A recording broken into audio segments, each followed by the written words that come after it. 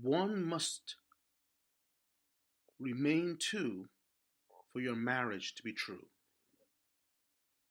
One of the greatest causes of bitterness, anger, and brokenness in marriage is the confusion over union. Couples know that in marriage, two become one. But what they forget, or are never taught, is that one must continue to be two. Union is sacred, but so is individuality. People must learn to be one and yet recognize that by God's design they are still two. Marriage is a union, not a fusion. In a fusion, two things melt into one substance. They become entirely and only one thing. But in a union, two become one by covenant and yet remain as two.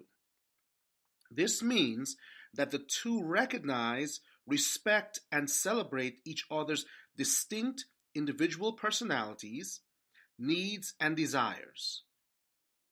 When couples become fused together, or completely wrapped up and entangled in each other's lives, when there is no separation or distinguishing of each spouse's right to be their own person and to own their own emotions and desires, then manipulation, anger, and resentment will grow like poisonous weeds to stifle the life of the marriage garden. Why? Because people learn to fear and resent each other when they are completely locked into and dependent on each other's emotional states. "You make me so mad" becomes the unnatural spirit of a marriage where people are completely reliant on each other for their own strength and happiness.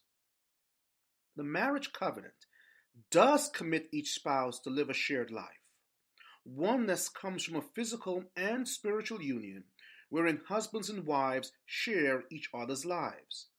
But union also protects individuality, and it needs to. Couples must work hard at being one and work hard at allowing each other to be two. God sets the example. God is one, yet three.